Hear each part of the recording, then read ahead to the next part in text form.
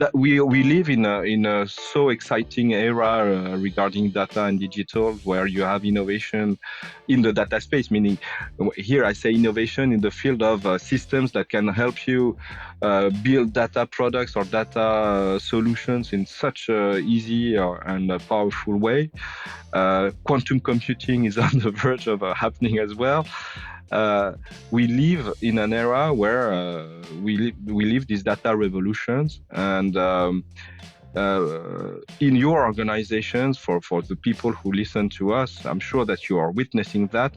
Don't be afraid to go and act boldly, trying to deploy the most massive energy that you can have in your space with your community. Jean-Pierre Pélicier, it's great to have you on the show. Hi, Adele. Thank you for inviting me. It's a pleasure to be here. Likewise. So you are the Chief Data Officer at ENGIE. ENGIE has been making significant strides in harnessing data for value creation. It's been an interesting year for the energy market, to say the least. So maybe to set the stage for our conversation, how does data unlock value for ENGIE?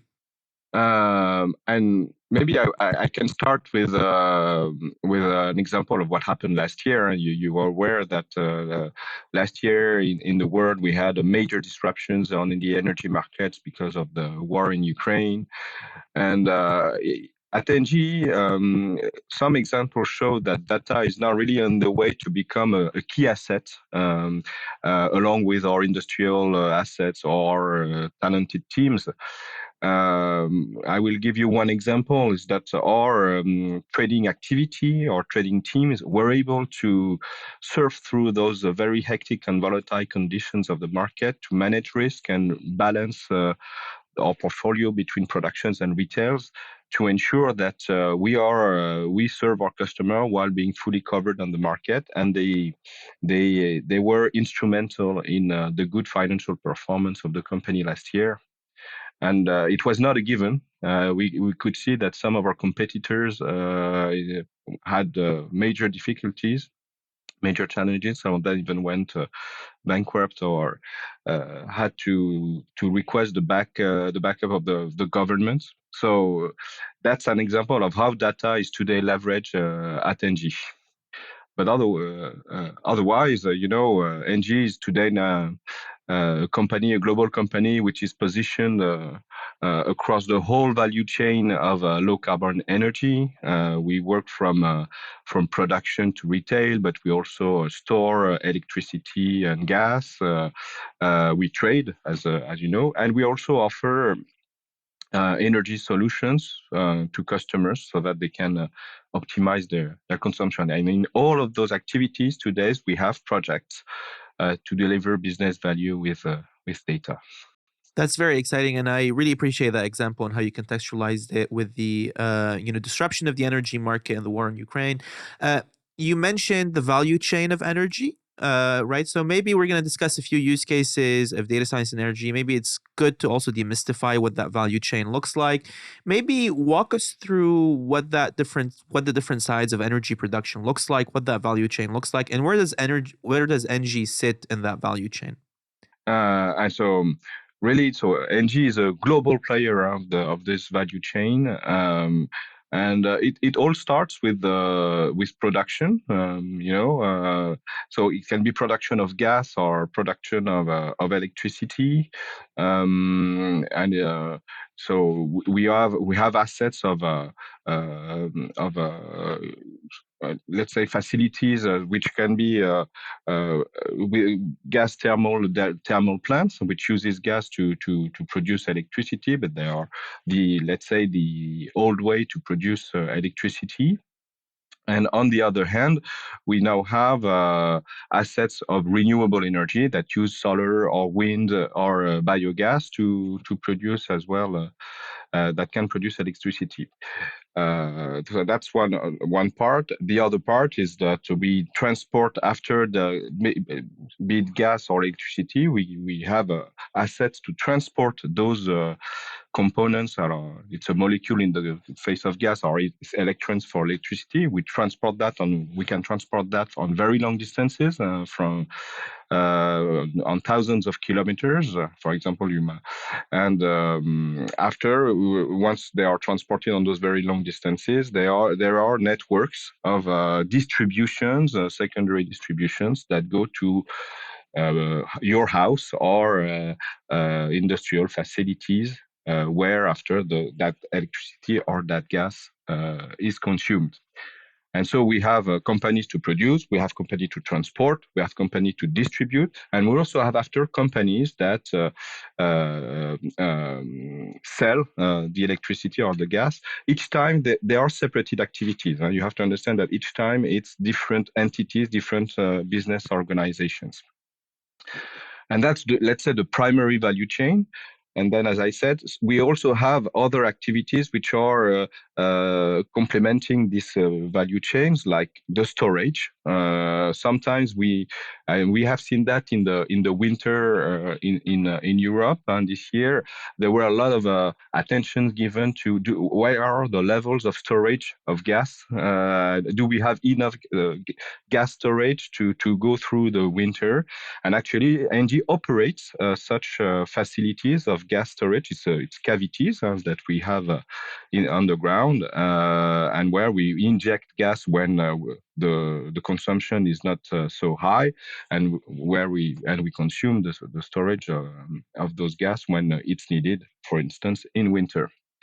And finally, we have an activity of energy providing advice to industrial customers about their energy management. And we install some solutions to optimize the energy consumption and to reduce their energy footprint and carbon footprint also, by the way. And I would say finally, yes, there is the trading activity. I've mentioned it in the introduction, but that's also an important part of the company. We have about 3,000 people working in the trading activity today. Globally, ENGIE is a 96,000 employee company, to give you, and we are present in 31 countries today.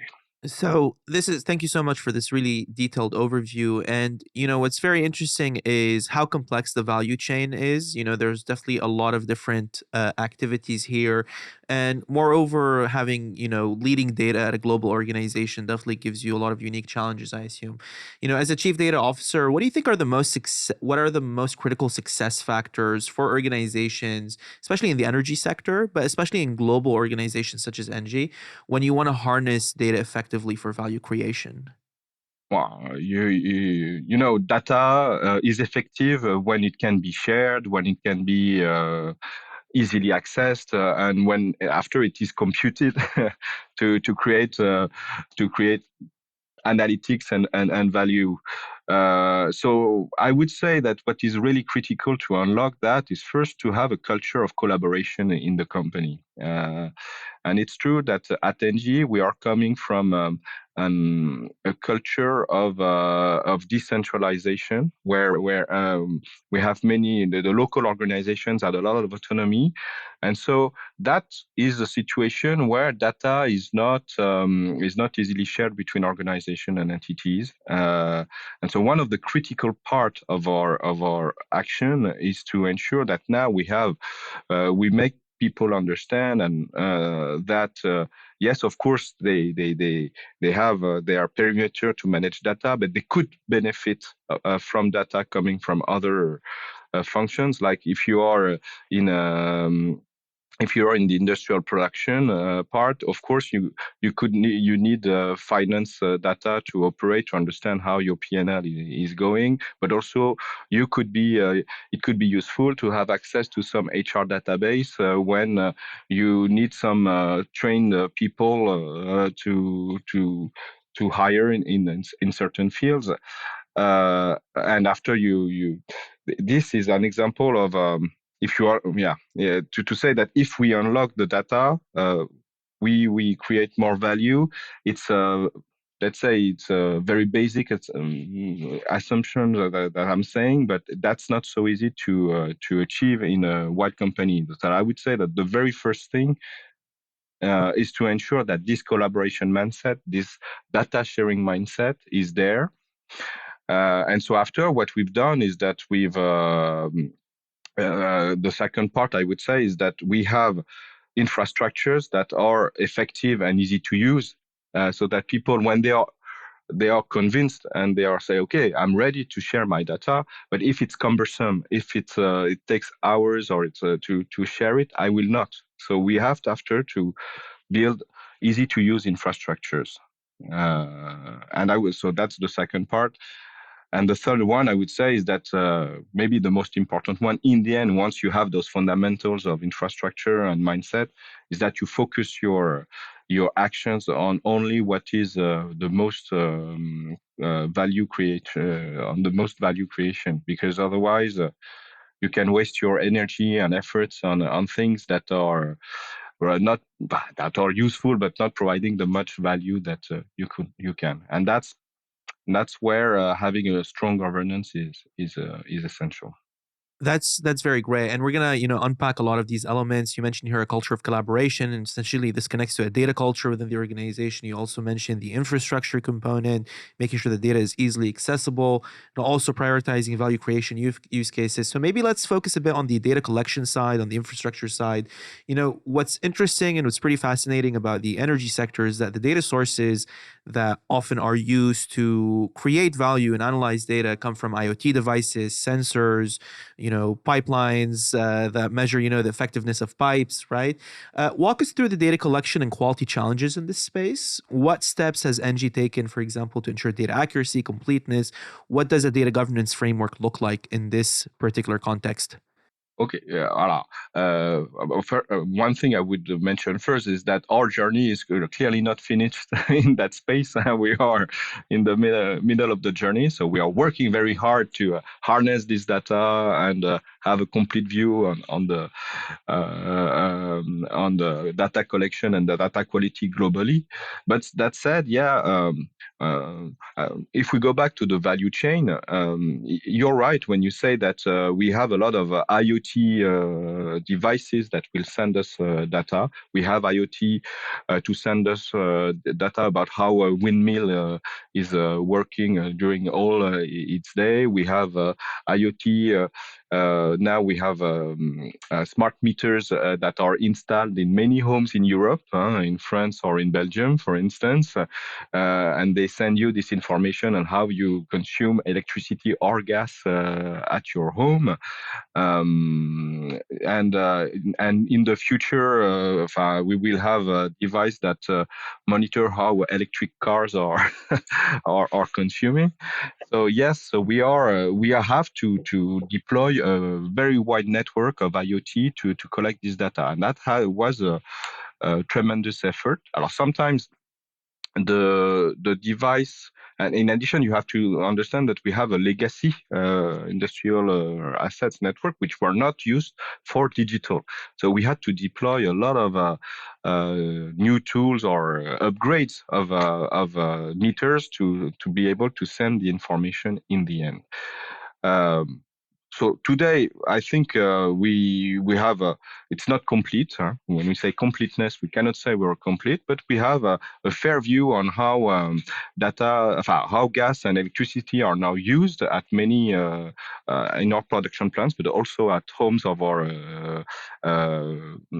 consumers, of final consumers, but also in industrial facilities. And with all this data, now comes a phase of, yes, are we governing this data well? Do we have enough quality? When there are quality defects, do we identify them quickly or automatically? These are many challenges that we face right now. This is work in progress. But once we have this kind of information, we will be able to unlock a lot of value, of additional value to the company and to final users. Maybe we'll give you an example of that. Again, during this winter, we had we we had to face some peaks of consumption because of days of cold, and we were able to forecast those periods of strong cold, and to organize after campaigns, for instance, in France, to tell consumers, beware, next Monday it will be very cold, and if we want to have a collective effort to ensure that we go through this, we offer you a kind of a challenge, is to say to limit your consumption below this threshold, and that was adjusted home by home. We knew that that home was consuming more or less, let's say, 100 of energy, and we were challenging those people to consume only 80 during that day. And we would reward the person with a financial benefits, like it would give you a €5 or €10 discount on your next invoice if you're able to do that. But if we can do that collectively on many homes, it actually helps to balance the system, the global system on at the level of the country.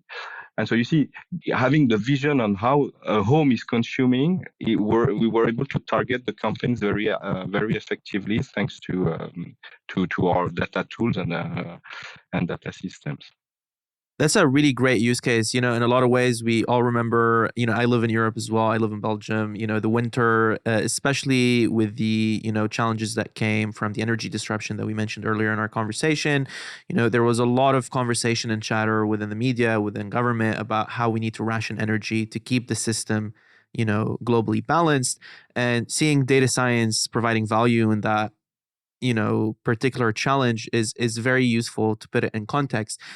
You mentioned as well how there's a culture of decentralization, and we need to be able to remove silos between data sets and provide access to data sets to the wider organization.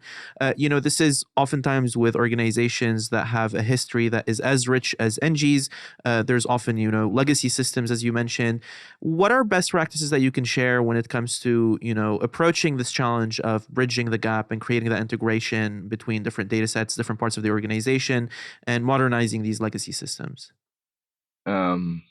Yeah, but I mean, well, the question here spans a global data roadmap for a global company, and this is a multi-year work that you have to achieve. You cannot break the silos and work in an integrated way in 6 months. It's a multi-year effort. But that said, the way we do it at ENGIE is that we work first on the it's not coming only from the data, to be clear. Actually, we are piggybacking on the global strategy of the company, which wants to be more integrated. And so it actually starts from that global ENGIE strategy to where we went from about 25 business units, now only 4 global business units, showing that we are much more integrated, and we divested as well some activities which were not related to our main focus, which is low carbon energy, democratizing the access to low carbon energy. So having this global framework of the company is, of course, key, because after our message is to say, if we want to be an integrated industrial company, the digital and data space needs to reflect that, needs to be aligned.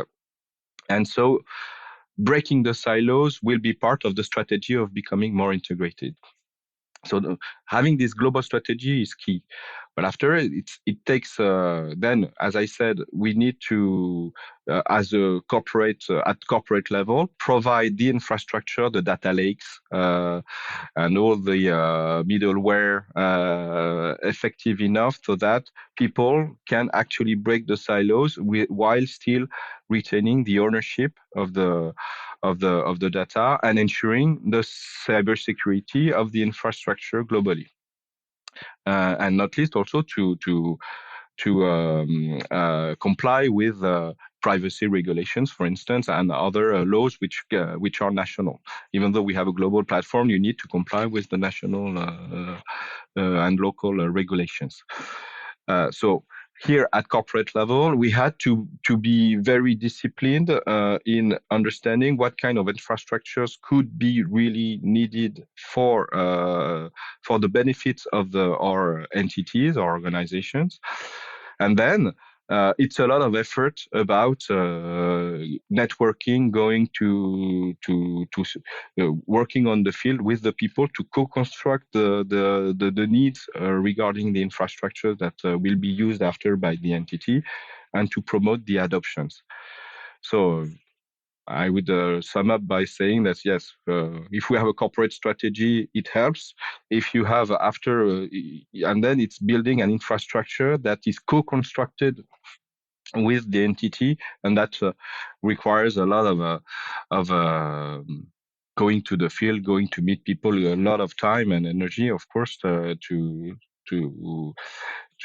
enhance and adopt all those, and make people adopting the infrastructure. So you cannot be sitting only here in the head office and expecting that everything will converge to a global infrastructure alone. This is really great insight, Jean-Pierre, and we'll definitely deep dive into what that engagement looks like with the wider population and how do you build a culture of engagement. But I think now this marks a great segue. You mentioned the use cases that you worked on when it comes to reducing global energy consumption within the system. But I think also what's really important to discuss is how data science unlocks value for the renewable ambitions of ENGIE. We discussed, before our conversation today, really how ambitious the renewable energy goals are for ENGIE. Maybe walk us through these ambitions, and how does data science unlock value when it comes to the renewable energy transition? Yes, you have to realize that ENGIE's ambition is to be carbon neutral by 2045.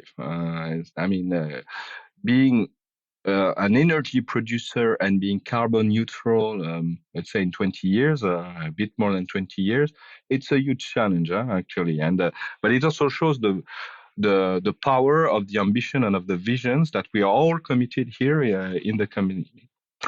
And if we talk about renewable specifically, renewable will focus the main part of our industrial investment in the coming years. And we plan to be at 80 gigawatts of renewables energy of production by 2030. So at the end of this decade, we want to reach 80 gigawatts of renewables, and that's to give you a sense. Today we are at 34 globally, so we want to add 50 gigawatts of energy, renewable energy production. You have to imagine that it is about 50 to 60 nuclear plants. It's the equivalent of the electricity production of 50 to 60 nuclear plants that we want to add by the end of this decade in renewable energy. And so clearly, we have massive challenges in the building and the construction, in the project development.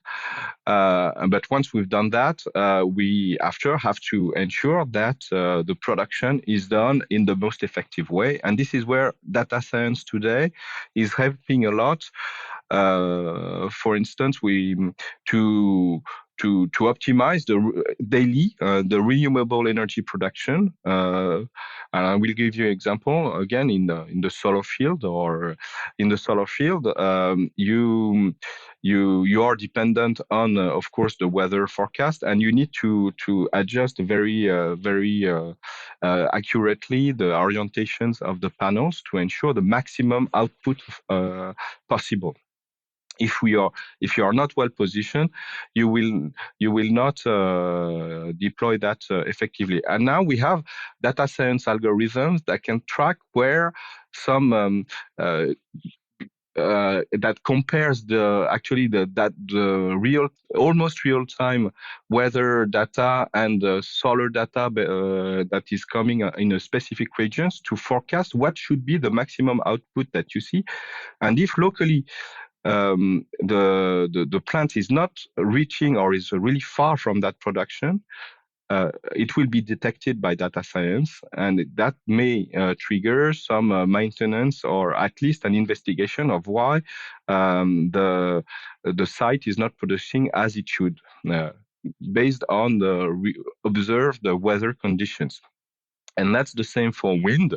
For wind, of course, the production is dependent on the wind strength and on the wind directions. And again, we can use data science to ensure that to understand whether the windmills have produced the output that could be expected from the specific and local weather conditions. So that's in the field of renewable, how we are using today data science. After, in the future, we will use also data science in fields of like maintenance of visual recognition, because we can send, our renewable assets are very often in remote places, and and they are quite difficult to access.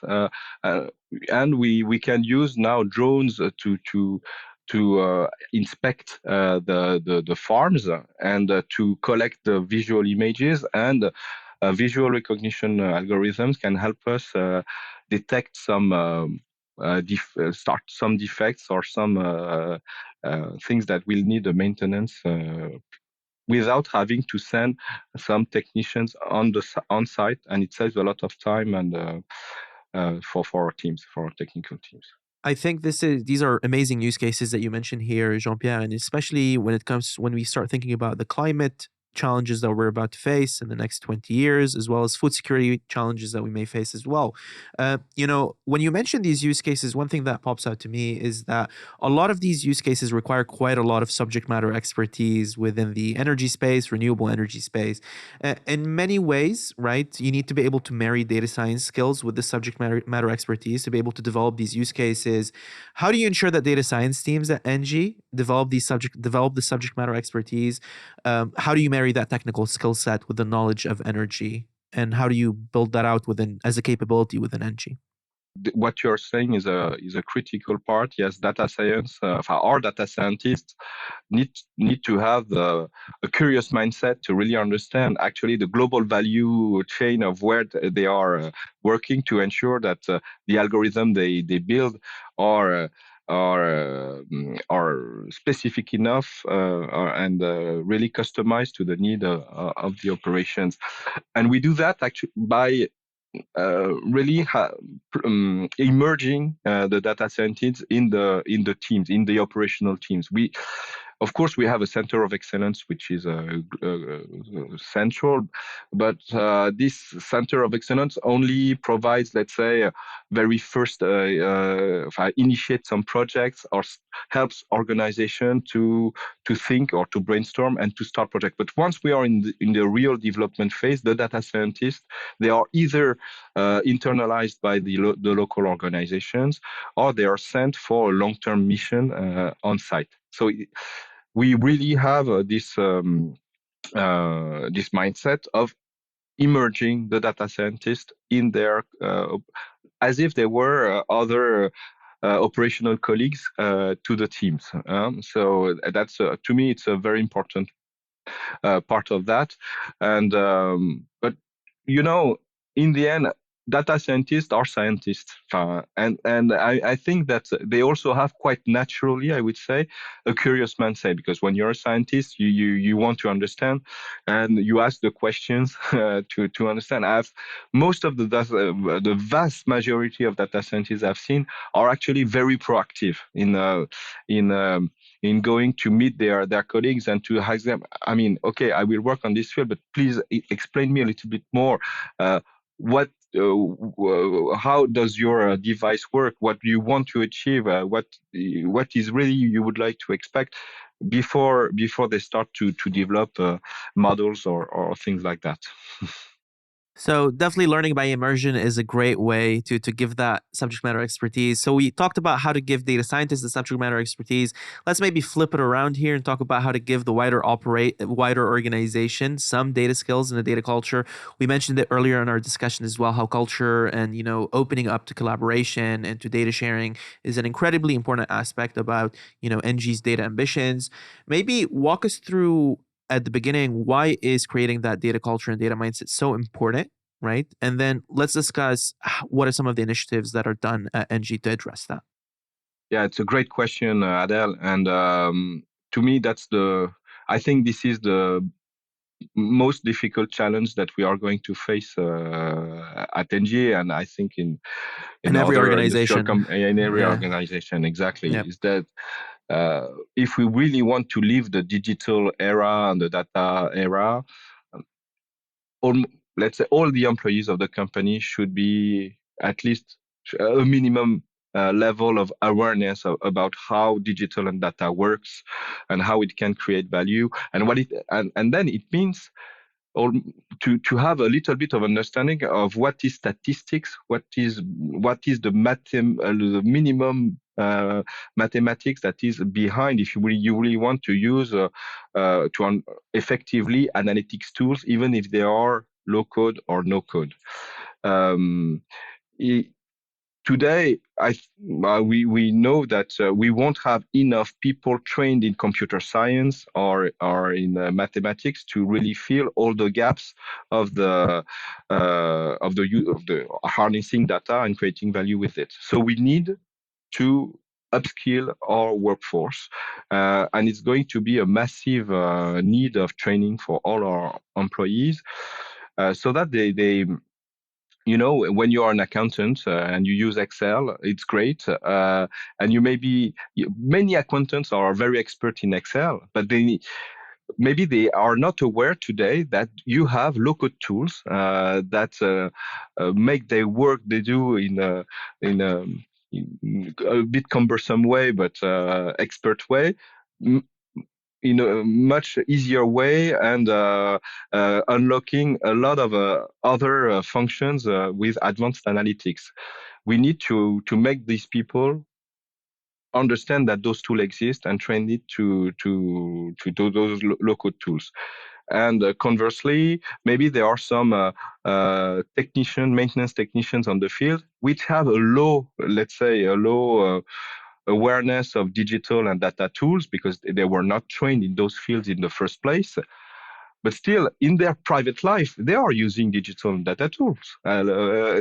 So they know how to use apps. They know that somehow they understand a bit of the data sharing, what it means, and so on in their private life. And so we need to upskill them and make them understand. Yes, in the professional life as well, we will provide you with app tools and data models that you will use to improve your work, and the effectiveness in your professional job. Just give you this example. I'm quite sure that many people understand today how Netflix works, and they understand that yes, if they look at this kind of movies or series, there are some algorithm that works in the background that after will prompt them with other series or films. So maybe they are not connecting the dots with machine learning and so on. But if you explain to them this example in their private life, you will make them understand their professional life how it works. I couldn't agree more, especially on connecting, the way data is around us in our daily life, in our personal life, right? Data literacy is something we all engage in. And in a lot of ways, carrying that over to the professional life is a great message. You mentioned in our conversation is you can't be a chief data officer that just sits in the head office where you need to and expect things to happen, right? You need to talk to the organization. You need to talk to the people within the organization. Maybe walk us through what advice would you give chief data officers when they're trying to engage with the rest of the organization and trying to build that momentum for a data culture and a data mindset? So what we've done at ENGIE is that we have built a network. It's very important to build the network, because of course even if you cannot sit all day in the head office, you cannot be everywhere at the same time.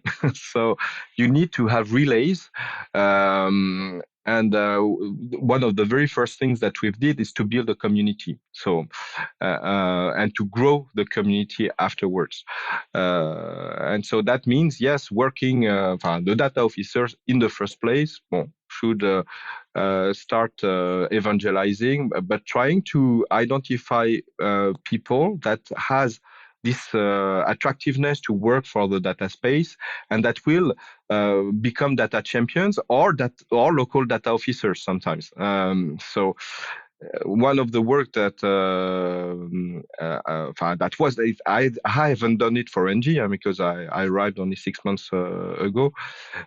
But prior to my arrival, that network and that community was built over the last 3 years. And today we have a network of 40 data officers at ENGIE and almost 2,000 people, which are, let's say, data friends. We call them data friends, meaning that they are people that have that in one way or another in their job have an important data component. They are maybe data owners, or they are, or they use some low-code tools like Power BI or Data IQ, and they are part of our network. And that's, you see, after 3 years of work, it's about 2,000 people that we have. So, and that network after has to be, we are animating this network with monthly webinars and with some events like Data Science Challenge and some hackathons. So yes, there is a global community program around data that has been built at ENGIE, and I would really encourage any data officers of a global organization to have that, because this is how you can spread the culture, and that you demultiply your energy in the company. I couldn't agree more. This is really great insight. I definitely agree with the importance of creating a learning culture, the importance of creating an evangelist network within the organization. You know, as you mentioned here, data friends. This is something that we've seen also Datacom for business customers use quite a lot as a tactic to engage the wider community. You know, as we close out our conversation, Jean-Pierre, what I'd love to learn from you, you know, as a data leader for many years now in multiple industries, driving value in organizations in the space, whether manufacturing, energy, etc. What would be your advice for leaders looking to gain an impact within the first 6 months on the job, within the first year? How would you structure that approach? I would say that now we are in the phase where data is not just in the innovation phase. I mean, let's say that what I've seen is that in the years 2000, 2010s, digital and data were very often linked to innovation. And it was like, let's be innovative and let's create a digital product. In the years 2020s, we have gone out of the innovation space. Data is now a mainstream tool or a mainstream department that needs to be structured as professionally as I would say an HR department or or a Finance or quality any, or yeah. finance. Exactly, Yeah. data has to be a full-fledged department in your company in the year from now on. Because if you don't do that, you will never unlock all the value of data at the level and the scale that you need to. And so to do that, what at least I share the way I've done it for ENGIE. It's to go very quickly in building a roadmap to show how you will deliver business value with data. Because this is now what companies expect. It's no longer, again, innovation, it's business value. And your executive committees, they will want to see how data contributes to the growth or the EBIT growth, and you have to build a roadmap and a framework of actions around that.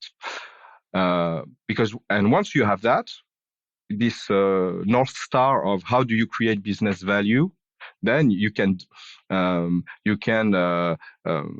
have various flavors of actions, like how do I govern the data so that it's the quality is strong enough to create business value. How is my infrastructure ecosystem going? Is it user friendly enough? Is it flexible enough so that anyone in the company can have access to it? And also in the culture part, how do I engage my all the company, all my employees in the company to focus them on business value creation with data? So my feedback, I would say that it's to never forget this North Star of data is now here to create business value. It's not just an innovation or communication matter.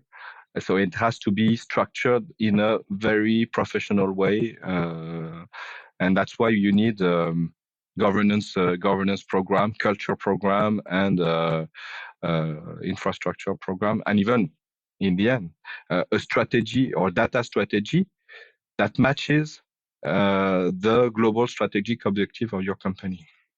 That's really great insight, Jean-Pierre. And maybe as we close out, the final thing, one thing that you mentioned here that is key is choosing the right use cases that deliver business value, right?